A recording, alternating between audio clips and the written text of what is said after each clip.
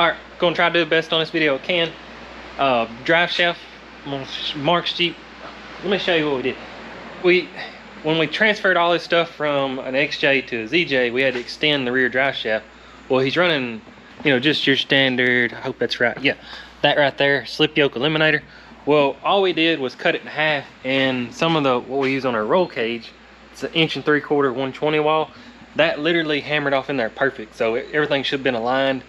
But usually what I use is, I think that's schedule 80 inch and 5/8. I'm not even really sure, but that's tried and true. But for some reason it broke, and I have no idea why. So we're gonna build a better drive shaft, and then Justin's brand new Jeep he's never drove is getting a head. Oh, he's pretty sure it's got a cracked head. So yeah, I'm gonna build a drive shaft, make sure it don't break.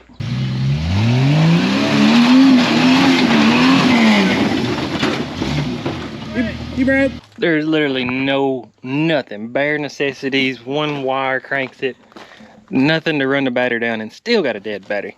Can't wait till we go to electric cars. I heard a commotion over here. What?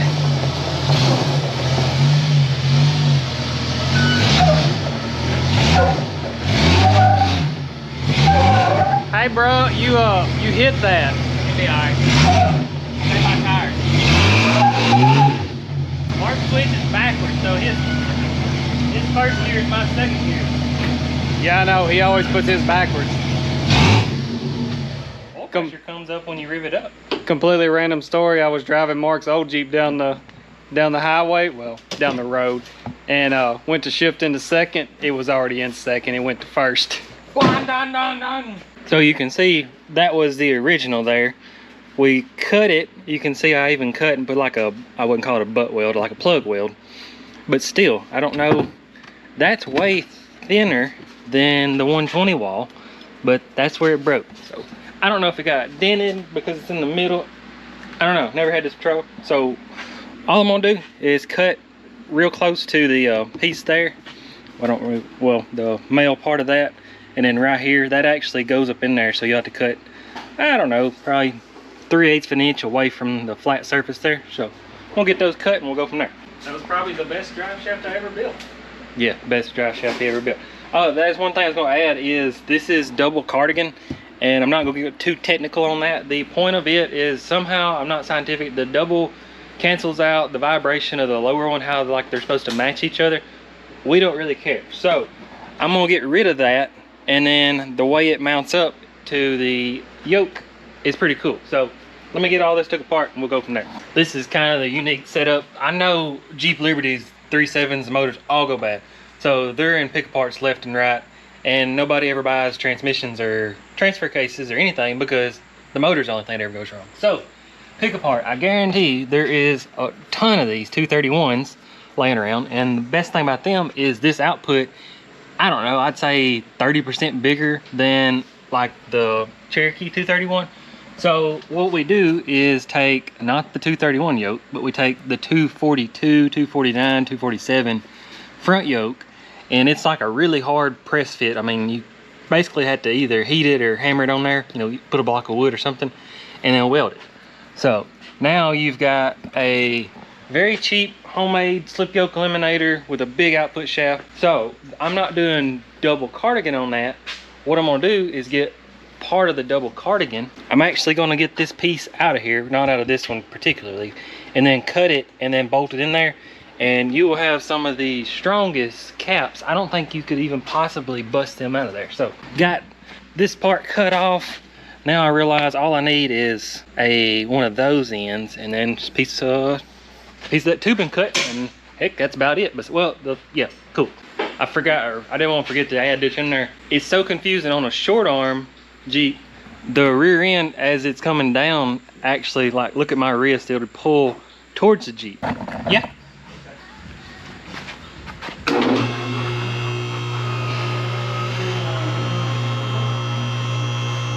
So a ZJ, when it's on the lift, is the shortest it'll ever be. So when the suspension pulls back up, it actually goes away from it. Kind of hard. I'll explain when I get there kind of how I do.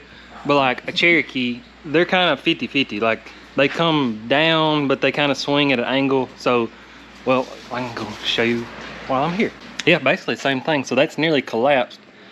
I don't know, we'll have to see where it rides, but I think they're not as bad as a short arm, and then a long arm basically just goes straight up and down. So, well, yeah, let me cut some stuff.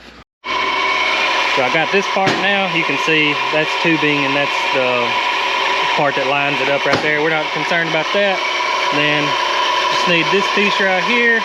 Gonna leave that stock U-joint in there. That one's 1310X. The best one you can get. So now all I need is some of this tubing. And the saddle clamp thing, so I'll go get them right now before I forget about it. Keep everything in vans. That's my ZJ XJ, that's my WJ van, that's my rear axle van, and then my drive shaft van. And then this side is long side, that side's short side. So definitely balling on a budget. I'll see if I can find what I need. Yeah, right there is exactly what I need. You can see this little piece right there. Probably could have cut it a little more that way, but it'd do the job. And that's what somebody's gonna comment that that's cast. It is cast, it's cast steel, not iron. So should you preheat it? Probably. Do we? No, it works. Got it took apart. You can see that's normally what would bolt to the double cardigan. So I'm gonna take this piece now, and about right in there, I'm just gonna cut it off, and we'll have individual clamps to hold a non-double cardigan. So yeah, when you see it, it'll make perfect sense, and it'll be like, oh, that's a pretty neat idea. So now I got the guy that actually owns the Jeep working on it. I can tell him what to do. If we had a cameraman, we could get these kind of things. I asked Mark, I said, was somebody not just with you? He said, no. I said, well, there was somebody's hand out the window. He's like, yeah, that was me. I can't make this up. I forgot this one was right-hand drive. When he turned in the driveway, I seen a hand out the window. It's like, where's the person that was with you? Too funny. Know anything cool? I'm not doing anything interesting, just a head job. Wait. Told him my average time is 29 minutes. Justin's about 3 hours in, and he's about 3 hours to go. I think we need to fix that. So now the suspension's full droop. So this is the most collapsed that it'll ever be. So I'm gonna put about 1.5 inches right there.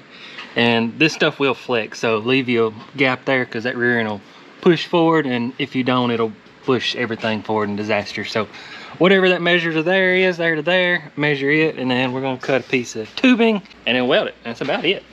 Oh, I don't think I've showed y'all. These are those clamps I was talking about. I've cut part of it off, so now we don't have double cardigan. We've just got single, which is fine for what we do. So not, well, like, I've only broke 1 or 2 of them, so not the end of the world, but just rather get ahead of it for something else to go wrong. All right, we made one little small mistake, but it's gonna be all right. There's enough play. I thought this was gonna butt up, but it actually fits down in there. So nothing too technical here. All I do is put like one good healthy tack on there, like really good healthy tack. It needs to grind that right there. And then just kind of roll it on a 2x4, and it's off-road. It don't have to be perfect, but we've never had one that was so bad it didn't really change anything. So just some good healthy welds. That and a weld nice, but we need to bevel that one and do a good job on it. I like just standing here watching him struggle, knowing I ain't doing nothing at all. Or that guy. Need an indicator. Lay your finger over it. A little lopsided, but I think it's straight. That's pretty good. So yeah, put one good healthy tack on it, and then you can kind of tap it around to wherever satisfies you, and then 4 tacks on there, and then weld the crap out of it. Same thing here. Just one good tack. You gotta ground it. Genius. How much you make an hour? Man is using my toolbox. Hey Mark, you're on fire. You're on fire. Fire. Why do you have a rag laying right there? You need a welding table. Yeah, there's probably flammable stuff everywhere. It looks crooked. A lot of weld. Got Justin's head off. That's where The cylinder's egged, is what it is. We can't figure out. It's wearing on the wrist pin side. Kind of weird. They always wear over here. But I'm sure he's gonna put a head on it and not worry about it. So Mark went with a fantastic color, blue. So one thing I do, this drive shaft is a kind of universal. You need a help. Is I put the slip up here. That way, if you get on like a rock and it's grinding back here, it don't really hurt nothing right there. So just one little thing I do. I don't remember if I said it or not, but oh, I threw it away, crap. Or I put it out my other shed, but that stuff I'm pretty sure is schedule 80. We are going to experiment with a axle shaft, but I ain't done that yet. I'll get back with you on that one. One simple thing I forgot to say is phasing. These U-joints need to line up with the... Mark, you did it wrong. No, it's pretty close. You still put me in coaching. Well, it'll do the job. This one's supposed to match that one. Oh, Usually, it's supposed to be opposite. no, it'll work. But usually, like this one, I'll lay it flat on the ground, and then this one here, lay it flat on the ground. I wish we had a lift where we could lower this down. Put it in neutral. Or apart. No, just crank it. We're gonna see if it's straight. That's good. Put her in gear. It only barely wobbles. Why does it look like it's doing the wave? It don't look like it's wobbling. That's probably crooked. I think we need to...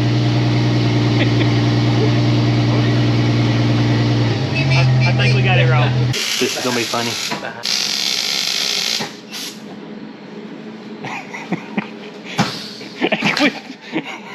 We're wasting all work. All right, so we had this wrong. We're trying to fix it. It was popping the rear end pretty bad. Oh, run into the... Karma got us good. I crashed. All my axles that come from wrecks, they have these halves broke off. So Mark redid them. He made these cool mounts. And over here, he went through the trouble of making it, but no reason to weld it, is there?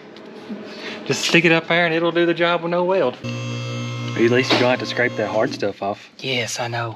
All right. What if you drove mega trucks for a living? That's a short one. Wow, I know, right? You think they're like All way right. higher than that, ain't you? Gently crank it. Gently. Yeah. Don't fall off the lift. Oh, Kinda sketchy. Kinda sketchy. watch out, Justin. Strap up, just in case. Go for it. Wow. That actually made a difference.